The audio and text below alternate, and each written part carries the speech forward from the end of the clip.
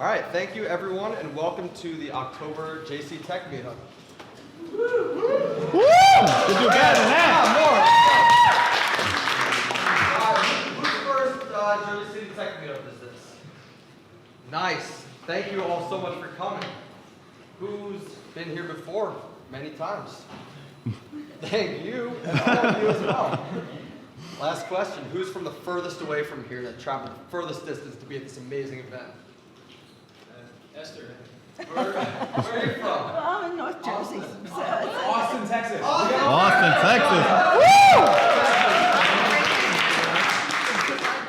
All right, guys, we have an awesome night lined up. We're going to cover AR, VR, kind of, a couple differences between them and what the future holds. We have amazing speakers that are local to Jersey City, which I think is really special for this kind of event. And they're going to talk about kind of what direction VR is going from Mike's perspective and AR is going from Angela's perspective. And I just want to start by saying thank you to Apprentice for letting us stay here and have this amazing event. I appreciate it. Thank you so much to Kristen for coordinating. I know you've been working so hard. Thank you. Thanks to everyone for coming. This is awesome. Great turnout. I appreciate you all being here. We'll get to that later. I know it's a time schedule, but all right. So I hope you all have fun. I hope you have a beer in hand and we're ready to get the night started. But just want to introduce Angelo S. I want to try that. Stracatania. All right. Stracatania. He's the CEO and co-founder of Apprentice, where we are right now. He's going to talk to us and enlighten us about what they're doing with Apprentice and kind of what the direction of augmented reality means for Jersey City as a whole and kind of the industry. So everyone give it up for Angelo. Let's hear it.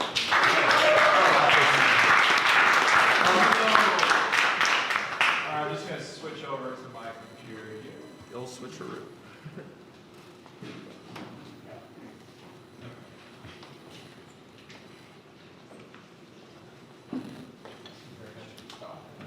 Thank you, Tucker. Where is the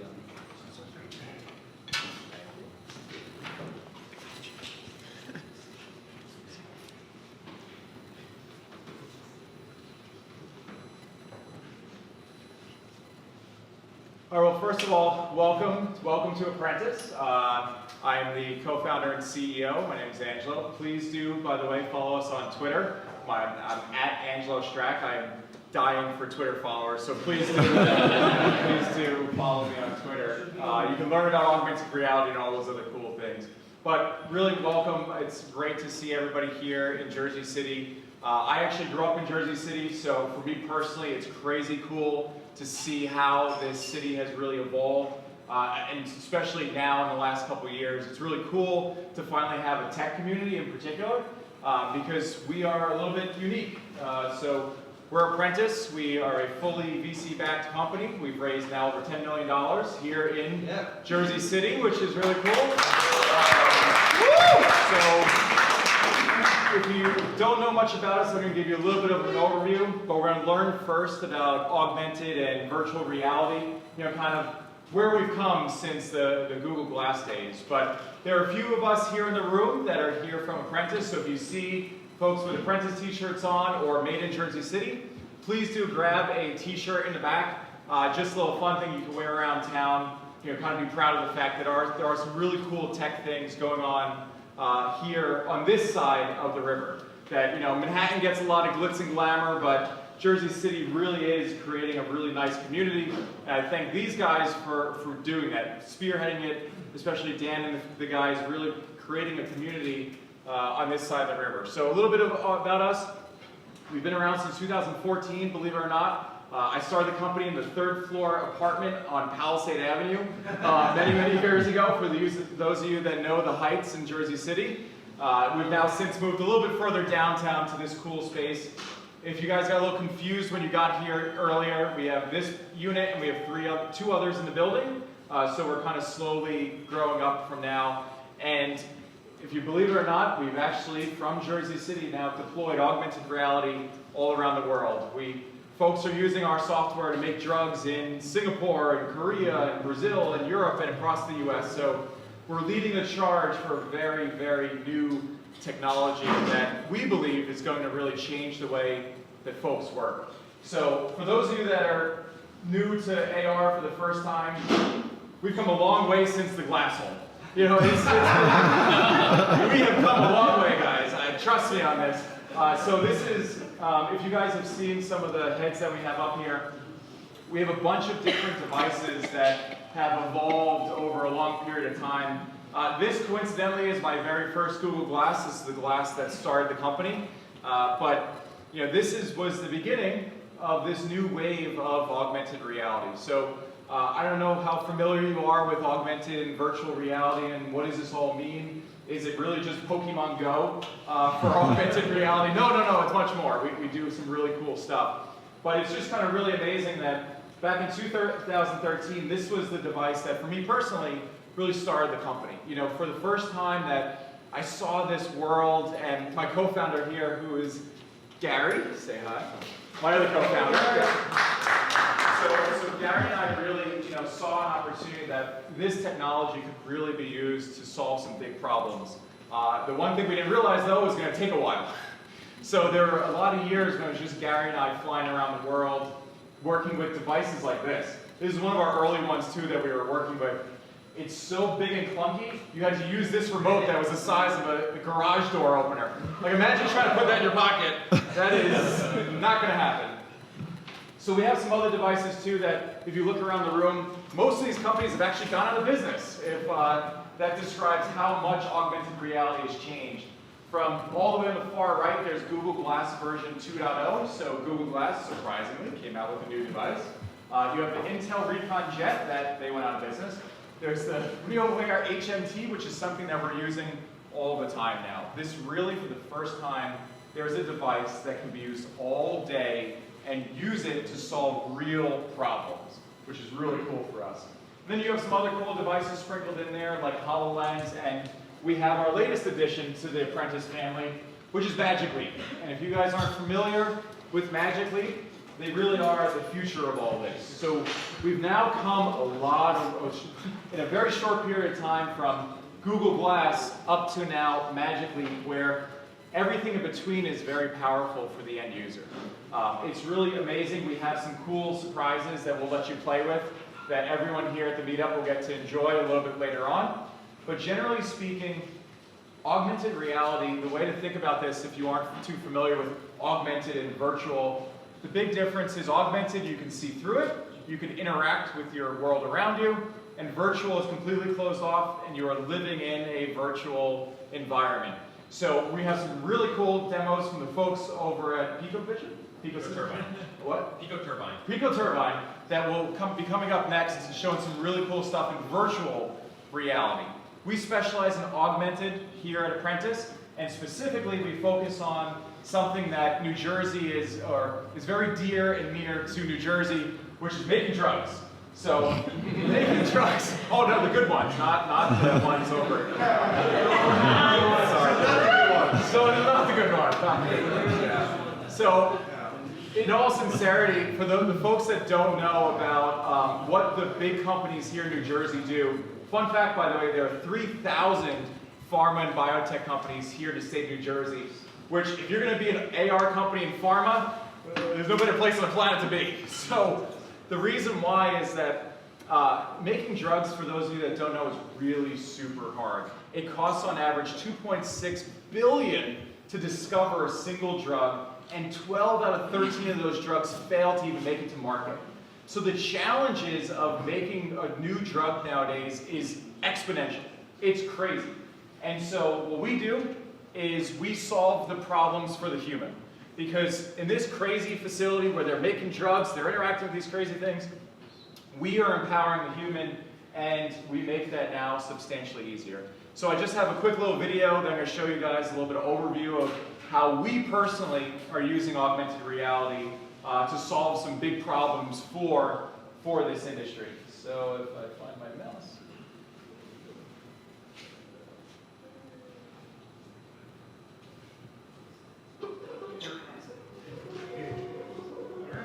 Okay, since you can't hear that, I'm gonna kind of talk over it while this is playing.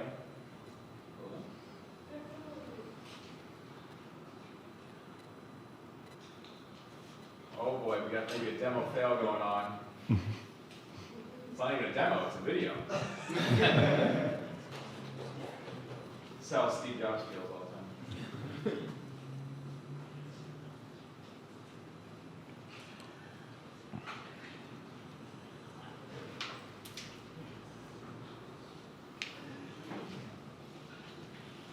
Where's Tucker? Gotta call the pros. Hey Tucker, I got frozen screen here. We swear our software works much better than the Mac. The Mac is just not there yet.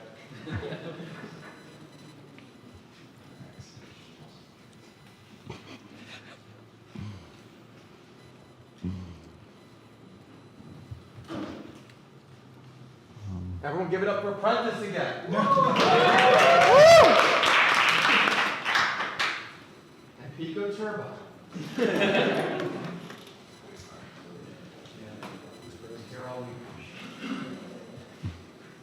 I'm actually, you know what?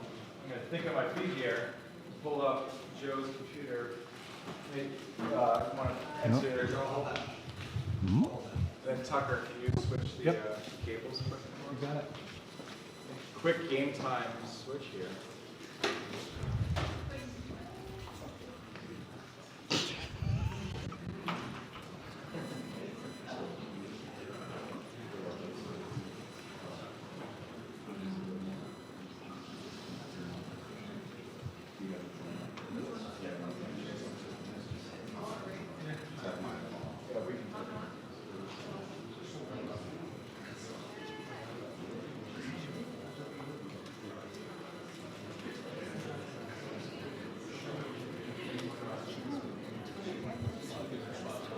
I think it's just apprentice.io. Yes, let me double check.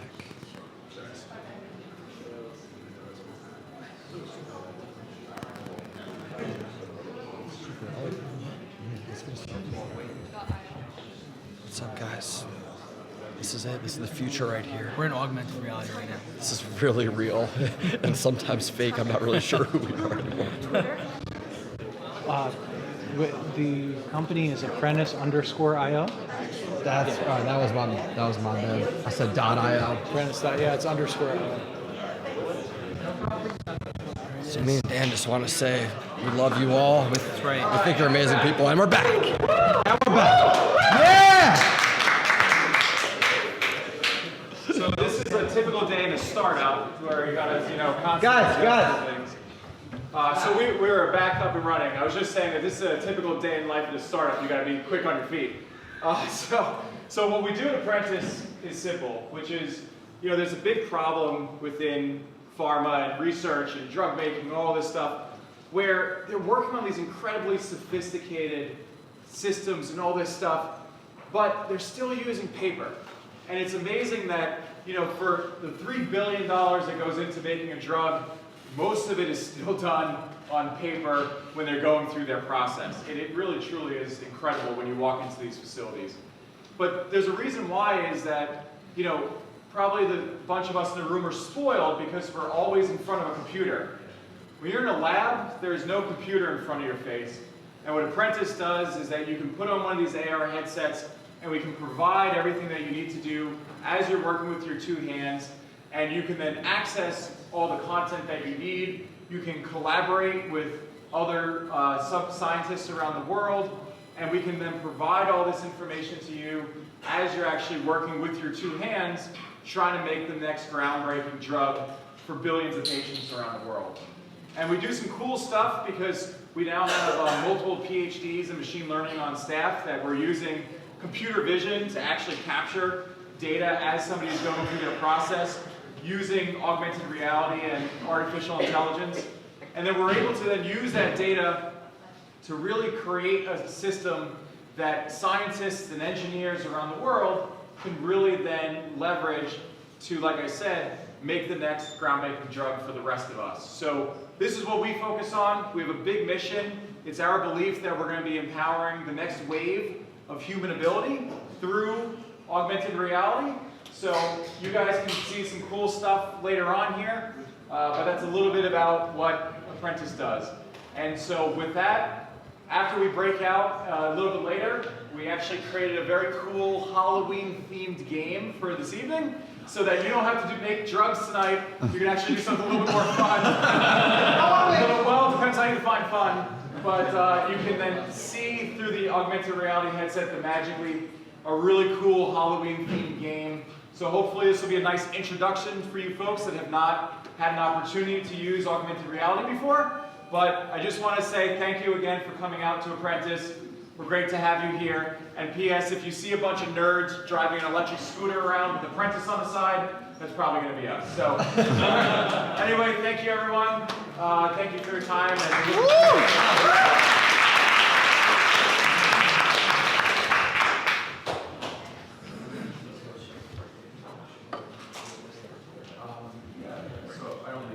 So yeah, I can do a quick. We're gonna do a quick Q&A, a couple questions before we switch off to virtual reality. So, looks like we got a question right here from. So are you guys a software company that design products to overlay on hardware devices like this? You're exactly right. So we're a pure software game here. We develop all the software that runs on any device. So we can work on a smartphone, a tablet, Google Glass, a 3D headset, and we provide all the stitching so that there can be a shared experience across all these different devices. So we purely focus on the software, but we leverage the hardware that's out there in the market. And so we use the right device for the right use case. So for example, the scientist working in a lab that only needs a little bit of information, they don't need the Magic Leap, they don't need 3D. But for somebody that's working on a really hard problem in manufacturing where there's this huge piece of equipment they just don't understand, that's where one of those devices will come into play. So our software runs across the gamut in all those different capabilities, but we're a pure software company. That's why we don't have manufacturing here in this small room. That's why we can fit the whole company on the 5th floor. So. Do you guys focus on pharmaceuticals? Do you have vision to expand into other industries? So we'll be announcing a little bit more about that in 2019. I was about to say this would be killer if you could do like mechanical and electrical stuff. Like you could do things like wire tracing. Like you could literally just highlight a single wire in a complex setup, or you could basically highlight a specific gear and show what torque is being applied where. Yeah. Or a drivetrain, what series of gears affects what other gear. Yeah. By the camera will identify them. That would be killer. Yeah, and that's where we're going with all this. So we'll chat more about in 2019 all the new use cases that we're exploring. And it's really, we started with an industry that is close to us here in New Jersey. In all seriousness, everyone makes fun of New Jersey, right? But I get to drive to half an hour to 3,000 companies that can leverage what I build. And so we strategically located the company here in Jersey City. Even after our Series A, even after raising a bunch of money, we decided not to go cross river, focus on what we can do here, and then build towards a future where this can be leveraged in many, many different instances around the world. Any other questions?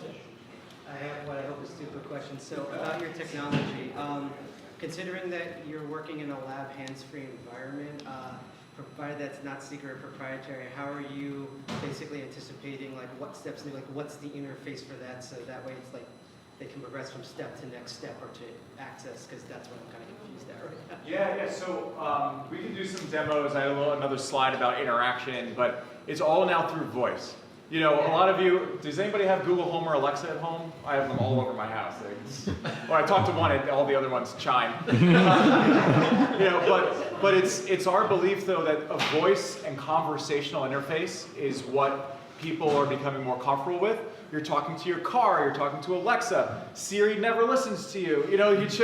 There's this voice capability now, and so all the software that we build has a voice-enabled interface. So as you're working on your experiment, you just say next. When you want to capture information, you say, capture blah, blah, blah, blah. When you want to have it talk back to you, it can actually verify whether a value is right or wrong. And if it's wrong, it'll actually talk to you like Siri would and then describe what you need to do to correct this. So that's how the whole interface works, which is you're not touching it, you're not making gestures, you're using voice as natural as talking to Alexa at home. And quickly, my second question. So I'm familiar with smaller companies and organizations that are attempting to simplify a lot of these lab processes so that theoretically you could do a bunch of stuff at home, such as instead of going through the mass manufacturing to get estrogen or to get insulin, that you'd be able to make that at home with a simplified process. Provided that the AR and VR tech gets more simplified, would you be interested in going into that sort of midway consumer market? So we're seeing some really big trends happening in pharma, and we kind of classify that as the personalized medicine trend.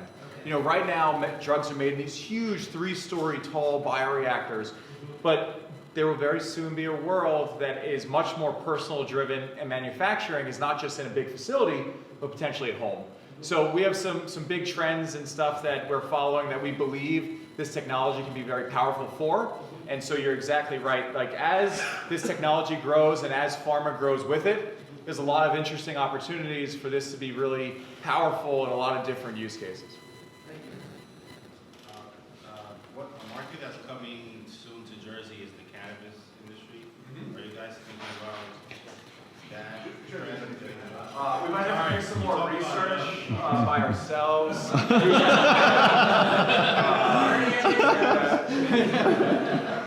We were all doing kind of a little bit of research. Yeah, I think everybody's doing some research right now. That's the other type of drug making that, no, in all seriousness, you know, in 2019, we're going to be talking more about broader industry verticals that we're going to be attacking.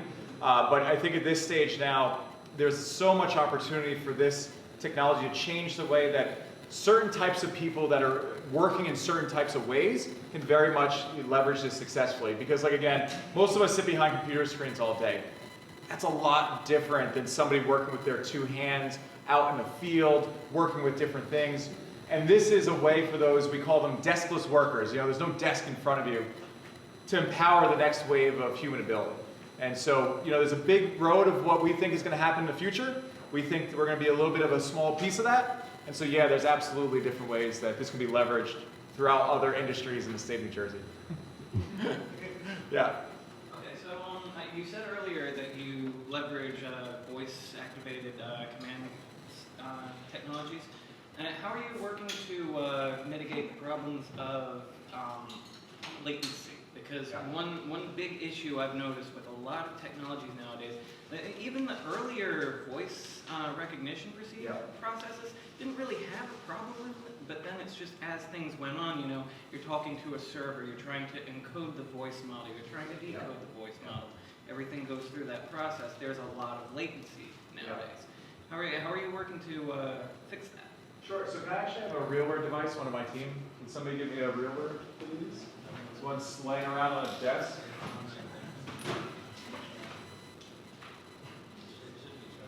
No, I don't need to turn it on. Okay, so we're doing a couple of things for that. So first off, this is one of the devices that we use.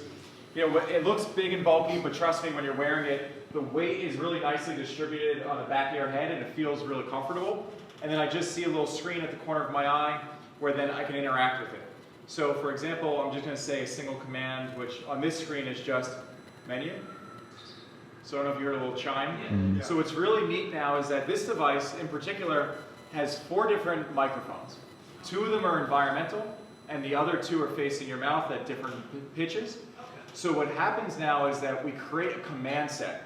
And this is what's different than Google Home and Alexa. You could say you could say anything to Google Home and Alexa. You could say 4 words to Apprentice. You know, and by doing it that way and combining it with this microphone array, it creates a reliability and latency and speed that is really, really nice to the end user. So when you eliminate the I can ask Google anything question, you can narrow it down to a command set that really is sharp, fast, easy to use, and it just provides a much better way of using voice versus, say, an Alexa that takes 2 minutes to return me. Voice menu-based command set. That's exactly right. Exactly. Step through the preset commands. Exactly. So I'll let you guys play around. So what kind of hardware limitations are you running into right now, and what kind of relationship do you have to have with these different manufacturers to be able to, you know, still offer the latest and greatest and not be bogged down because you only work with X, Y, and Z? So, interesting question. Because as I just kind of illustrated a few minutes ago, most of those glasses on the shelves are bankrupt. Those companies are dead. So how do we as a software company now work in an environment where there's such a shifting hardware kind of spectrum, right? And how do you develop those relationships, not get locked in? How do you work with these? And what are the limitations right now? So what we found is that there is no one silver bullet right now in augmented reality. There's not one of these headsets where I can confidently say, you can use this for everything. And so instead what we've done is we've used our software in a way and developed a methodology, and it's less about the software, but it's how do you use this device. So that we've classified now this software or hardware into 3 categories. Mobile and tablets, which everybody knows. Monocular devices, which are like this, which is single screen. And then binocular devices, which are like the Magic Leap and HoloLens. So our software has been generalized enough where it can work on any of those types of devices that's either 2 eyes, 1 eye, or mobile, and thereby it gives us more flexibility where if one of these guys crap out, which has happened more times than I can count at this point, it gives us now more flexibility going forward, and especially in the future when devices are going to be coming out in 2019, we know a few that are actually locked up in a safe downstairs that we can't talk about, but those devices coming out will really kind of change the spectrum of what's about to come. And so from a software standpoint, as developers, we need to build to the form factor, but not the device, if that makes sense. All right, let's Any last questions? One more? One last question, then we'll. Oh, come on, someone's got one more. All right. So, somebody else have a question? Sergeant Daniel had a question. Go ahead. So we've known you for a long time. So I'm Dan, by the way. I founded this group about 2 years ago. It's really cool to see where it's at. Give us a little reality into life as a startup founder. You're not only in New Jersey, which is very tough, but in Jersey City. Because that's a great idea just to hear from everyone here. What are the biggest hurdles you faced, especially in this kind of disruption? Especially in New Jersey. Try raising $10 million, not in the Valley and not in New York. Right. And convince them to build a cutting edge, emerging tech in New Jersey. Like, let that one sink in for a minute. But, so being a founder is kind of interesting. And I actually started my entrepreneurial journey about a decade ago. Had a few missteps along the way that I like to say I learned from. And, even when we started Apprentice back in 2014 now, Gary and I started this back at that time, and we thought AR was taking off. If you talk to Gary, we thought 2 months later we were going to be making $10 million ourselves, that customers were paying us some bucks. Turns out that it took a little bit longer for the company to get started, and for 3 years it was just Gary and I. And as an entrepreneur, you have to learn certain skill sets that go beyond writing code, that go beyond convincing investors to invest in you, that go beyond managing and building. And one of those is perseverance. In all seriousness, I swear that the reason why Apprentice has gotten here is because simply Gary and I didn't give up. We could have. We put our life savings into this sucker in those early days. We put our personal relationships on the line in those early days. And we really decided that this will be the future at some point. It just took a little bit longer than anticipated to get to that some point. But now that we are here, now that just a year ago we raised our seed round, and now just a couple months ago we've now raised even more, the biggest thing that we've learned on that side of it is that there's no silver bullet, and you can't lie to yourself as a founder. I think there are certain things in the startup world where you get so immersed in the tech, so excited about what's coming next, but you lose a grip on reality when it comes to what your users or your customers, in our case, big pharma, it's big pharma, seriously, is how they're then using this technology. So it's just kind of fascinating that there are all these things that are outside of writing code and raising money and hiring a team. And there's a lot of these soft skills that Gary and I have really had to learn over these years, to the point where now this is infused in us. You can't turn Gary and I off. We are working 7 days a week at all hours of the day, and now our team is doing this, much to probably their chagrin. They probably are like, you're crazy, Angelo. Yeah, but bottom line, you can ask them offline after I give this. But bottom line is, if you build something that is of real value, it's our belief that you don't have to be in the Valley or in Manhattan. If you're building something that really matters, you can do it in New Jersey. You can do it wherever you are. And in our case, we proved it. So, we didn't just raise from like angels or anything. These are big institutional, nationally recognized VC funds that are throwing money at a company in New Jersey. You know, so you can definitely do it, but it takes a lot of perseverance and maybe a little bit longer than our counterparts in the Valley or Manhattan.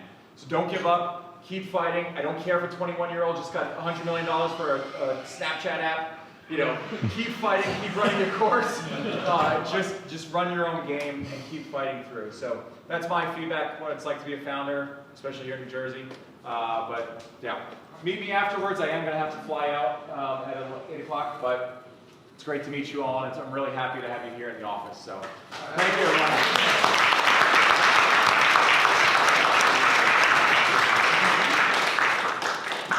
All right, everyone, take a quick stretch. Stand up for a second. You gotta shake it out. Shake it out real quick. Before I introduce our next speaker, I just want to say that we are having an after party at Pet Shop right after this, right around the corner. So make sure you say your Jersey City Tech Meetup if you want cheap beer.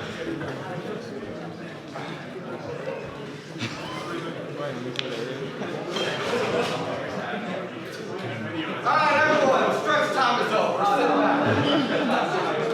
Alright, keep stretching. Sorry.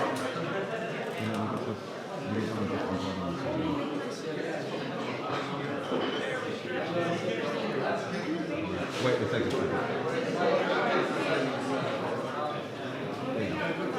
Thank you.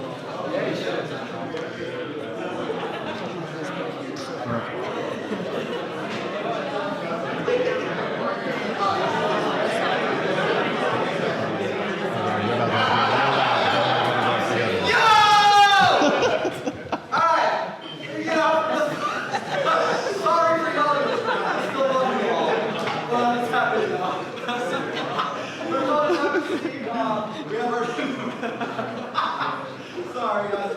We have our next speaker, wormhole. He's going to look at the virtual reality side of things. We've got a lot of very impressive things that working on in Jersey City.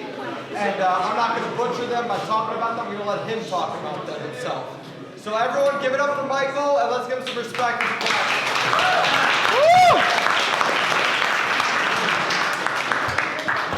It's going to be fun following up after Angela there. So, anyways, great speech and incredible company. You know, we're not doing anything in the same world, but we are doing something in a similar way. But we actually have created an ecosystem over the past couple of years known as PICO. Educate, support, create. Our education side, we have our school.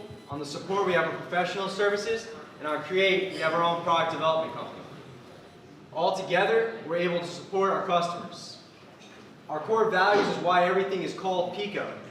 Proactive, not reactive. Innovation is empowering. Customer over profit. Optimistic mindset, always. Right now, you heard Pico Turbine. That was my original company. It's since being dissolved, and we are forming Pico International to formulate our true ecosystem as of January 1st, 2019. Going into what we do on the education side and the professional side are in these core areas. 3D printing and design is actually the core and foundation of what we do in the marketplace, but we're coupling it to the bottom right with virtual reality and trying to figure out how we can then, maybe with Apprentice, work with augmented reality in a different way. These other areas that we focus on, we teach kids as young as 4 years old. From what we learn in the market on the professional side from a company like General Motors or Lockheed Martin, who are our clients on our service and support end through Pico Solutions. And that's what makes us a very powerful ecosystem, and we understand what kind of products are needed to be created, softwares, and also what the kids need to learn in order to be ready for the 21st century. Truly ready. But really what it comes down to is not necessarily knowing how to code, how to know how to use this hardware. It's really actually soft skills. And that's what it comes down to. And that's what our core focus is, but also integrating with these technologies and showing them the way. and the path they can travel. The past and the future, I talk about with my teams all the time. There was always a way to do something, and now there's a newer and better way. It's the future. We all think about it, but we remain in contemplation state at all times. We're helping activate that action state and help them understand that they can do things differently. Using technologies such as, for us mainly, 3D printing, but now starting to play around with virtual reality and couple them. Cars. Throwing down this video real quick. Understanding that the auto industry is changing quite quickly right now. Using the Vive. Understanding that they can get in there and get things done in a different way. It's quite powerful if you look at what they're able to do. Every designer in the world has an incredible mind. They can do things to a certain point using certain technologies, but in technologies like this can enhance those skills tenfold and bring something to life faster and with the precision and accuracy of what they're really trying to accomplish.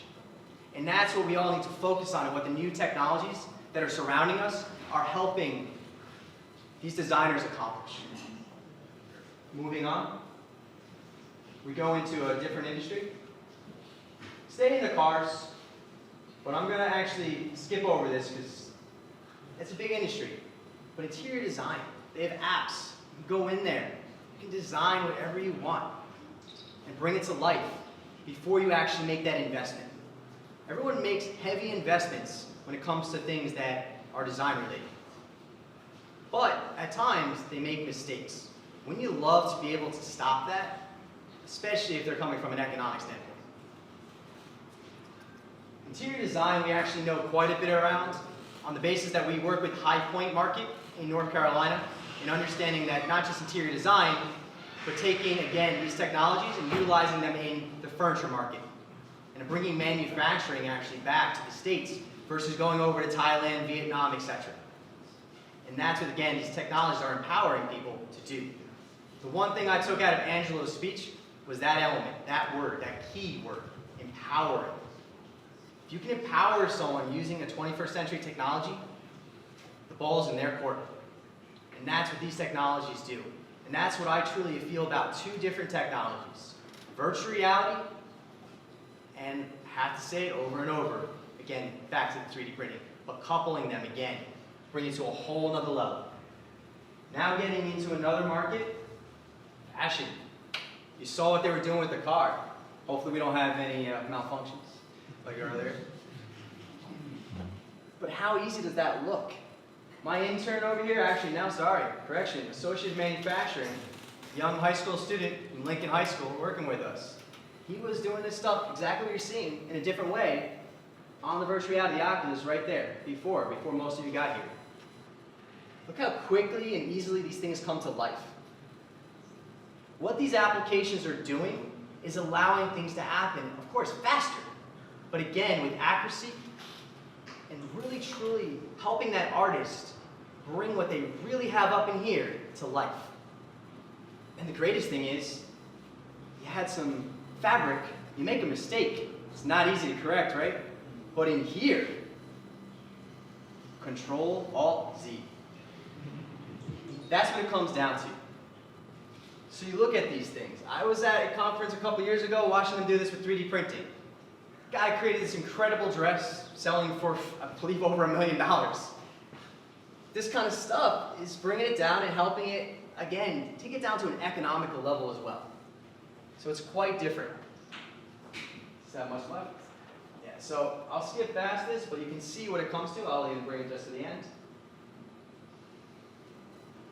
But imagine you walk into a store, you want that night out for your gown, you want that cool suit made on demand. They create what you want and what you have up in here again. So that about wraps it up. But beyond all of this, I believe I actually have one more, is that this is the underlying factor amongst all 21st century technologies. Not only is it helping create things faster, again, realizing and creating accuracy, but it's also helping create unrealized revenue streams for companies. We currently, with Pico Solutions locally, why we created Pico Solutions was to work with local businesses. JC Bicycles, maybe some of you know it. We're working with them on a project for 3D printing, helping understand that they can 3D print kids' bikes. The kid can come in for a class and with his parent create what they want on a small scale. Even potentially solve a major problem where some kids with sense disabilities, they can't necessarily have a bike because there's certain elements that would have to be added to it. But 21st century technologies like virtual reality and 3D printing can help solve that problem. And that's what we're about. And again, where we go through educate, support, create. And in the end, it's about empowering everyone to take these technologies that they might currently not understand, bring it down a level, and let them monetize it, or just engage and have fun and see what happens. Most importantly, bring things to life. So thank you for your time, and feel free to ask me any questions.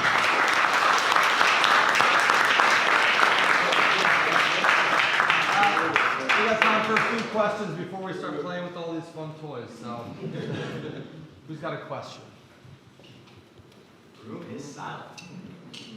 What kind of 3D printer did you use for the drone 3D printing bicycle? So, is it like SLA or? No, it's FFF, FDM, depending on which terminology you'd like to use, but mostly right now it's FFF. So we actually own the rights to North America for a company from Italy called Wasp. We're actually bringing manufacturing to Jersey City for them. And actually we have a 3-meter printer that can print 1 meter by 1 meter by 1.2. So that's actually in our office on the other side of town, 278 Monmouth Street. Feel free to stop in anytime. See, we have that printer, we have a printer that's about 6 foot tall, and a bunch of ones that can print at a pretty good scale. So, feel free, because I heard from a little birdie that your printer's not really acting right. But let us know if we can help you, no problem, anytime. What else we got? Hi, is there any examples you could give potentially of, you mentioned accessibility of using virtual reality to sort of retrain human brains for either to get over something or accessibility purposes? Like one thing that I heard years ago with VR is sometimes VR is used to get over phobias and traumatic experiences such as arachnophobia or PTSD. Have your company engaged into? We have not engaged in those things. I've read articles and things on that, but I don't feel like there's enough evidentiary support yet to actually, put that out there. The big thing in virtual reality is the technology is not exactly that new, but it's not that old either at this point, right? The thing about it when I see, and I get from parents, kids, I have people sign waivers galore, let's put it that way, if they're using our virtual reality in any way. There's not enough evidentiary support to say that it's going to do this or that yet. Cognitive development issues, etc. You don't know that. You have to do extensive studies to showcase that. That's the negative side, but more on your side is the positive side, if there's not, again, enough evidentiary support to showcase that. But I strongly would believe that hopefully will be the case. I mean, there's a game I know we have that you can go, it doesn't normally work too well, because it's weird, of course malfunction, but you can climb the mountains and actually see majestic views of the world, right?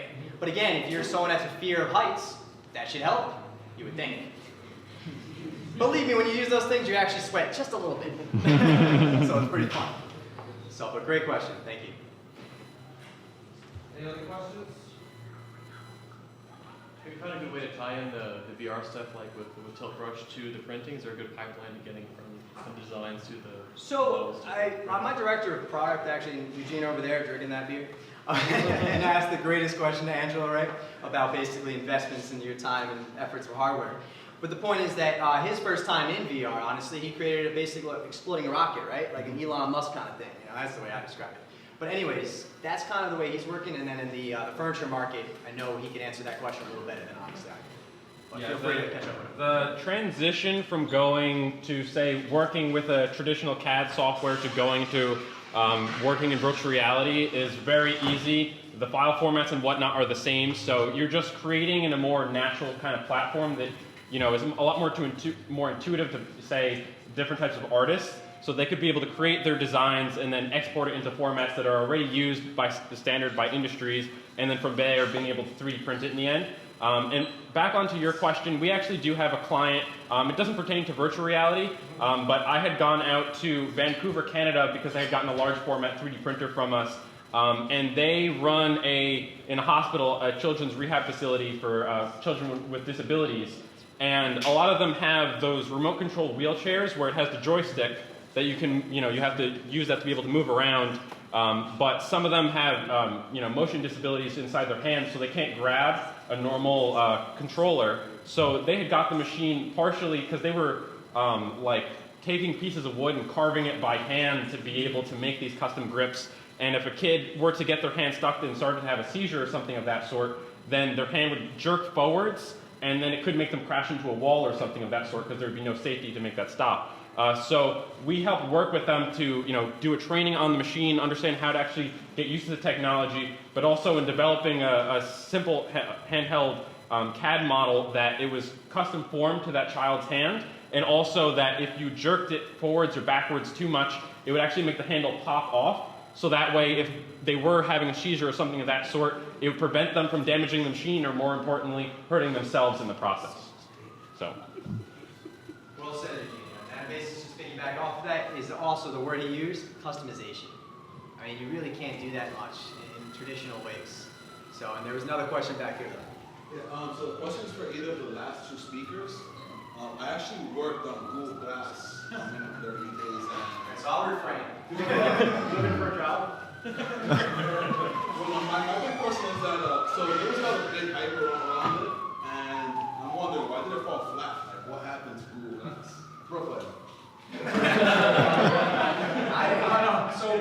Seriously, I'll go for 2 seconds because I seriously believe to the core of my heart that glass holes killed us more in the first hype, because Google Glass kind of botched the rollout of AR. They gave it out to a bunch of techies, like myself included. I was part of the problem, I guess. It's admitting my mistake. But it's, using this headset out in a bar, out in public, with a camera facing a person, it really created a cultural backlash to the technology that, frankly, we as an industry didn't get over until, in all seriousness, Pokemon Go. Because it was the first time, seriously, it was the first time all of a sudden augmented reality wasn't a dirty word anymore. It wasn't this thing synonymous with glass and privacy and dorkiness. It all of a sudden was something that was cool and fun and collaborative and shared. And so that moment, we believe, changed the cultural kind of understanding of augmented reality, but it's truly, in my opinion, and our first article, by the way, with Gary, it was just two of us.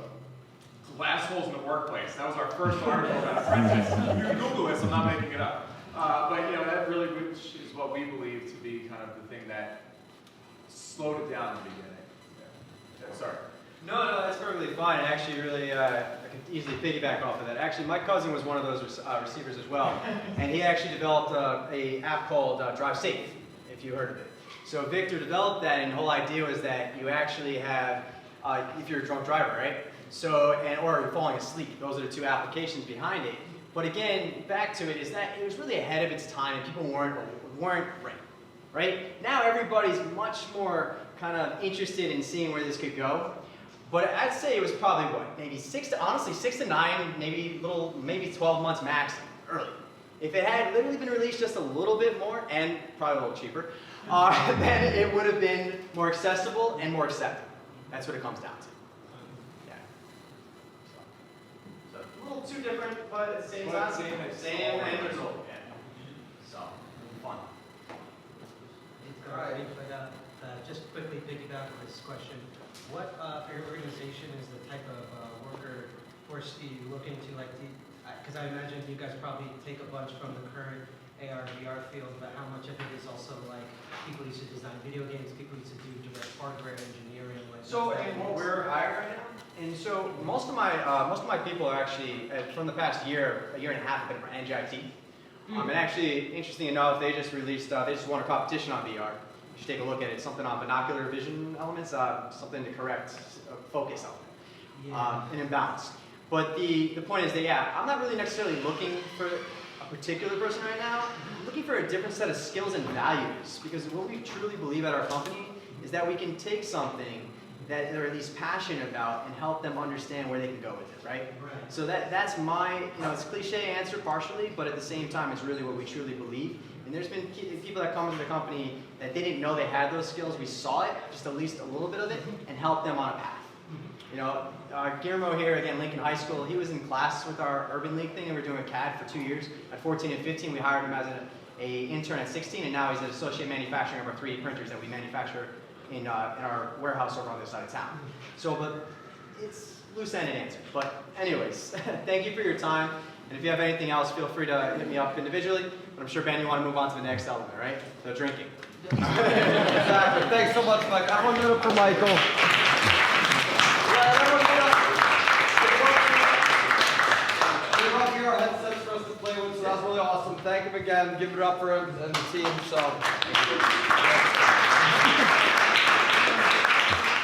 Alright, so basically we're just going to kind of hang out here for a little bit and play with the AR, VR equipment while we're here for the next, 20, 30 minutes. Kind of wrap up, make sure you're respectful and throw all your stuff away. But after that, we're going to head to Pet Shop around the corner. You say you're from the JC Tech Meetup, you get happy hour discount all night. So the party continues. So thanks everyone who came here. Thanks Mike, thanks Angelo, thanks Apprentice, Pico Turbine. Everyone give it up for everyone here.